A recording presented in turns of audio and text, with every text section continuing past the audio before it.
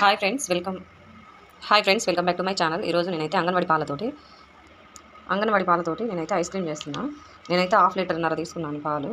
చూడండి, అంగన్వాడి పాలు. కొంచెం ఏమో పౌడర్ కలుపుకున్నాయి, కస్టర్డ్ పౌడర్ తోటి ఈరోజు ఐస్ క్రీమ్ అయితే చేస్తున్నాం. కొంచెం అయితే పాలు పక్కకు తీసుకున్నా పౌడర్ కలుపుకోవడానికి.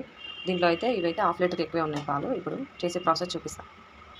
స్టవ్ అయితే వెలిగించుకోవాలి. కొంచెం మీడియం ఫ్లేమ్లో పెట్టుకోవాలి. నేనైతే 4 స్పూన్లు తీసుకుంటున్నాను. కొంచెం చిక్కగా వస్తుంది కదా ఐస్ క్రీమ్, బాగుంటుంది ఫ్లేవరు. చూడండి, పాలలో ఉండలు లేకుండా ఇలా కలుపుకోవాలి. 1 కప్పు షుగరు. పాలైతే మీగడ కట్టకుండా కలపాలి.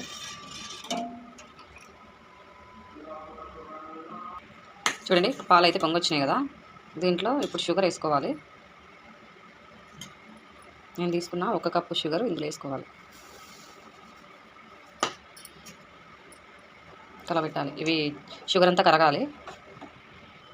చూడండి, షుగర్ అంతా కరిగిపోయింది కదా.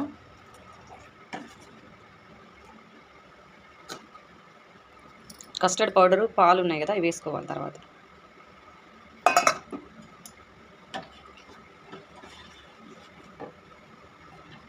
కలబెడుతూ ఉండాలి, కొంచెం చిక్కబడుతుంది. కొంచెం వెనిలా ఐసెస్ వేసుకోవాలి. కొంచెం ఒక 3 డ్రాప్స్ ఇలా ఫ్లేవర్ కోసం బాగుంటుంది.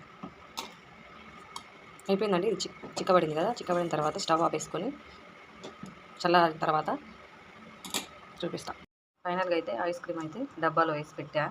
అంతా నా దగ్గర ఐస్ క్రీమ్ డబ్బా ఉంటే దాంట్లో వేసి పెట్టాను.